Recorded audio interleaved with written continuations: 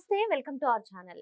మాజీ మంత్రి, YCP senior నేత పెద్దిరెడ్డి రామచంద్రారెడ్డికి భారీ షాక్ తగిలిందని చెప్పవచ్చు. మరి చిత్తూరు జిల్లాలో ఆయన కుటుంబ సభ్యులు కలిసి చేసినటువంటి అటవీ భూ ఆక్రమణలపై ఆయన పైన, వారి కుటుంబ సభ్యులపైన క్రిమినల్ కేసులతో పాటు అటవీ చట్టాల కేసులను కూడా నమోదు చేయాలని ఉప ముఖ్యమంత్రి పవన్ కళ్యాణ్ గారు పేర్కొన్నారు. మరి వీరిపైనే కాకుండా వీరికి సహకరించిన అధికారులపైన కూడా వేటు వేయాలని ఆయన చెప్పారు. దీనిపైన పూర్తిగా విశ్లేషించడానికి మనతో పాటుగా ఉన్నారు సీనియర్ జర్నలిస్ట్ దుర్గకుమార్ గారు. సార్ నమస్తే సార్. నమస్కారం మా శ్రావణి, మన వీక్షకులు.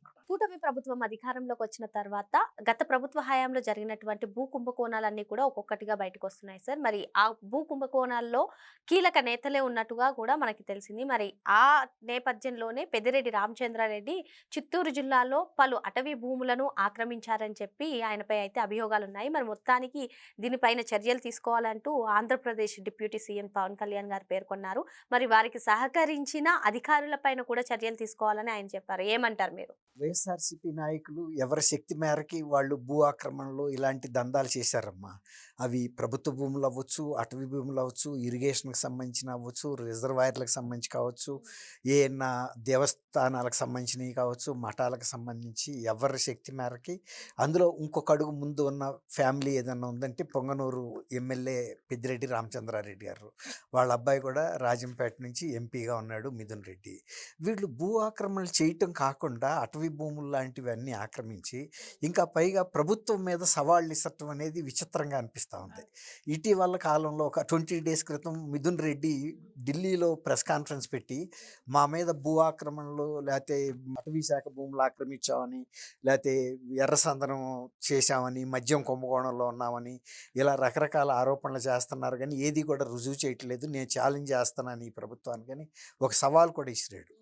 సవాల్ కూడా ఇసిరిన తర్వాత కూడా అనేక భూ కుంభకోణాలు వెలుగులోకి వచ్చినాయి. ఇప్పుడు మంగళంపేటలో వీళ్ళకి సొంత పట్టా భూమి దాదాపు 76 ఎకరాల వరకే ఉంది. ఆ పట్టా భూమికి ఆనుకుని ఉన్న ప్రభుత్వ భూమిని, అటవీ భూమిని, బొగ్గ మఠం భూములను కూడా ఆక్రమించుకున్నారు. అది కూడా దాదాపు 26 ఎకరాలు ఆక్రమించారు.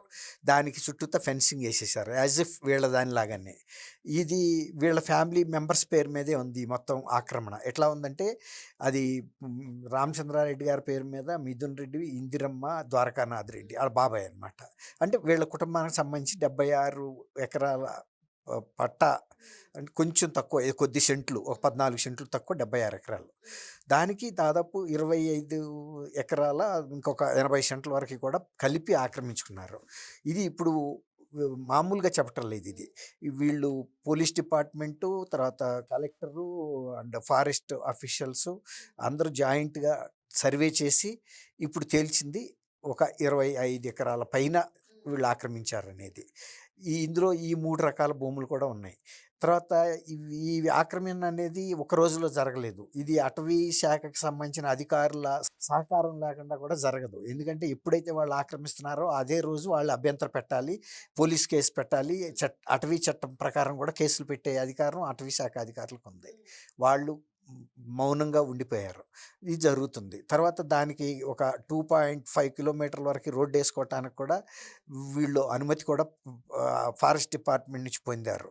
ఇంకా అది కాకుండా కూడా దాదాపు ఇంకొక 100-150 మీటర్లు ఎక్కువ రోడ్డు కూడా లోపలికి వేసేసారు పర్మిషన్ లేకుండా. ఇలా కూడా అతిక్రమణలు జరిగినాయి.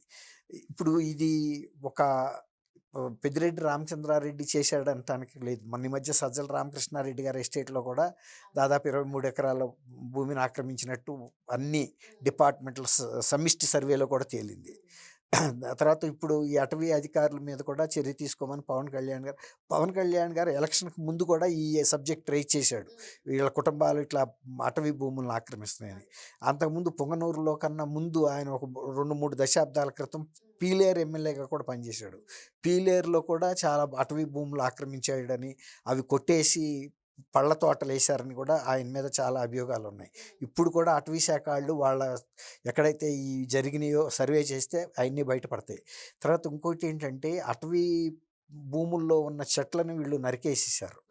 నరికేసి వీళ్ళకి కావాల్సిన పంటలు, లేకపోతే వాళ్ళకి కావాల్సిన భవనాలు, ఈ నిర్మాణాలు చేసుకున్నారు. ఇది పర్యావరణానికి కూడా విఘాతం కలిగించే అంశం. అది జగన్మోహన్ రెడ్డి గారు పర్యావరణానికి విఘాతం కలిగిందని ప్రజా వేదికనే కూల్చిన వ్యక్తి, మరి ఆయన మంత్రివర్గంలో ఒక సీనియర్ మంత్రిగా ఉండి ఇంత పర్యావరణాలని, ఆళ్ళ నాయకులు అటవీ భూముల్ని, తర్వాత రిజర్వాయర్ భూములను కూడా మన సజ్జల రామకృష్ణారెడ్డి ఆక్రమించినట్టు కూడా రిపోర్టుల్లో కూడా వచ్చినాయి బయటికి. మరి ఇంత చేస్తున్నప్పుడు ఆ రోజున ఆయన ఎందుకు స్పందించలేదు? అంటే వాళ్ళ పార్టీ నాయకులకి ఒక న్యాయం, ప్రజా నిధులతో నిర్మించిన ప్రజావేదికకి ఒక న్యాయమా? అందరికీ సమన్యాయం ఉండాలి కదా! ఇప్పుడు పర్యావరణ అటవీ శాఖ మంత్రి, ఉప ముఖ్యమంత్రిగా ఉన్న పవన్ కళ్యాణ్ గారు దీని మీద థరోగా ఇన్వెస్టిగేట్ చేసి రిపోర్ట్ ఇవ్వమన్నప్పుడు ఖచ్చితమైన ఆధారాలతో ఎంత విస్తీర్ణం ఆక్రమించారో కూడా ప్రభుత్వానికి నివేదిక అందింది. ఏ ఏ సర్వే నంబర్లు వీళ్ళ సొంత భూములు ఉన్నాయి, ఏ అటవీ భూములు సర్వే నంబర్లు ఆక్రమించారు, ప్రభుత్వ భూములు ఆక్రమించారు, బుగ్గమఠం భూములు ఆక్రమించారు అనేది. గతంలో కూడా బుగ్గమఠం తిరుపతి దగ్గర కూడా ఈయన బుగ్గమఠం భూములు ఆక్రమించిన కేసు కూడా అది సర్వే చేసి సర్వేయర్లు వాళ్ళందరూ వెళ్తే వాళ్ళ మీద అటాక్ చేసిన అనుచరులు దాడి చేసిన సంఘటనలు కూడా చూసాం. వెనక్కి వచ్చి మళ్ళీ కూడా వెళ్తే కూడా దాడి చేశారు. ఇప్పుడు మన వీళ్ళు ఏంటంటే ప్రభుత్వాల మీద సవాల్ ఇసిరేటప్పుడు మనం ఒక క్లీన్ హ్యాండ్స్తో ఉండాలి. ఎవరైనా మనం తప్పు చేసి ప్రభుత్వం మీద సవాళ్ళు వేస్తే అది ఆ కాసేపు తాత్కాలికంగా ప్రయోజనం ఇవ్వచ్చు, కానీ ఇవాళ మిథున్ రెడ్డి ప్రజల ముందు ఏం సమాధానం చెప్తాడు? ఇప్పుడు వాళ్ళు ఇచ్చిన నివేదిక తప్పని చెప్తాడా? అటవీ శాఖ వాళ్ళు ఇచ్చిన సర్వే మళ్ళీ వాళ్ళు జాయింట్ సర్వే కూడా పెట్టించుకోవచ్చు కదా. ఒకవేళ కనుక వాళ్ళకి అభ్యంతరం ఉంటే, మేము ప్రభుత్వ భూమి కానీ అటవీ భూమి కానీ బుగ్గమఠం భూములు ఆక్రమించలేదంటే జాయింట్ సర్వేకి ఛాలెంజ్ చేయాలి. చేసి గవర్నమెంట్ సర్వేయర్లతో పాటు వీళ్ళు కూడా ప్రైవేట్ సర్వేయర్ని పెట్టుకుని వీళ్ళ దగ్గర ఉన్న డాక్యుమెంట్లు తీసుకురావాలి, ఏ సర్వే నెంబర్లో ఎంత విస్తీర్ణం ఉందని. అది 76 ఎకరాలు ఉంటే మీకు 104 ఎకరాల వరకు ఎట్లా ఫెన్సింగ్ వేయగలుగుతారు? కాబట్టి ప్రభుత్వాల మీద సవాల్ చేసే ముందు తప్పులు చేసిన తర్వాత ఆ విధమైన సవాళ్ళు చేస్తే ప్రజలు కూడా హర్షించరు. ఇది అందులోనూ గతంలో మదనపల్లిలో కూడా వీళ్ళ కుటుంబమే ఎక్కువ భూ కబ్జాలు చేసినట్టు కూడా అప్పుడు ఆ రోజు ఫైర్ యాక్సిడెంట్ అయినప్పుడు, ఫైర్ యాక్సిడెంట్ కాదు, కావాలని రికార్డు దగ్ధం చేసిన సందర్భంలో ఇద్దరు ఆర్డీఓలు కూడా వీళ్ళ మూలాన సస్పెండ్ అయ్యారు. అందులో ఎక్కువ అసైన్డ్ భూములకు సంబంధించిన రికార్డు ఉంది. అట్లా వీళ్ళు చేసిన తప్పులు చింపేస్తే చిరిగిపోవు, చెరిపేస్తే చిరిగిపోవు అని ముత్యాల ముగ్గులో ఒక డైలాగ్ ఉంది. అట్లాగే ఇవి భూమి ఆక్రమణ చేసి ఫెన్సింగ్ వేసి ఇతర సర్వే నెంబర్లోకి మీరు వెళ్తే మీ విస్తీర్ణం కానీ భూమి ఏమన్నా ప్రతి రోజు విస్తీర్ణం పెరుగుతూ ఉంటుందా? మనం కొన్ని వందల ఏళ్ళైనా మన భూమి ఎంత ఉందో అంతే ఉంటుంది తప్ప గుడ్లు పెట్టి పొదిగి ఏమన్నా పిల్లలు పెడుతుందా? ఇది వీళ్ళకే చెల్లుతుంది. ఎవరైతే ఇట్లా వైఎస్ఆర్సీపీ నాయకులు ఉండి వాళ్ళ కొంత ఏదో ఒక్కోసాట 10 గజాలు కొని కూడా కొన్ని ఎకరాలు కూడా ఆక్రమిస్తున్నారు. అంతకుముందు జోగి రమేష్ కూడా ఈ అగ్రిగోల్డ్ సంబంధించిన భూముల మీద కన్నేసి దాని పక్కన ఉన్న సర్వే నంబర్లు కొని ఆ భూములను ఆక్రమించాడు.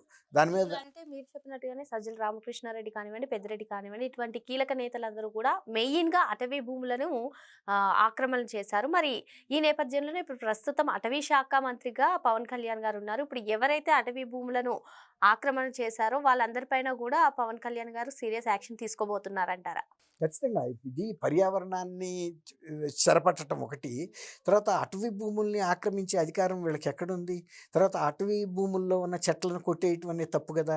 వీళ్ళకి సంబంధించిన ఫలవృక్షాలు ఏయటానికో, ఇంకా ఏదో పంటలు వేసుకోవటానికో ఆ భూములను కొట్టొద్దు కదా. ఇప్పుడు గిరిజనులు భూములు కొట్టి పోడు వ్యవసాయం చేస్తుంటేనే అటవీ శాఖ అభ్యంతరం పెడుతుంది.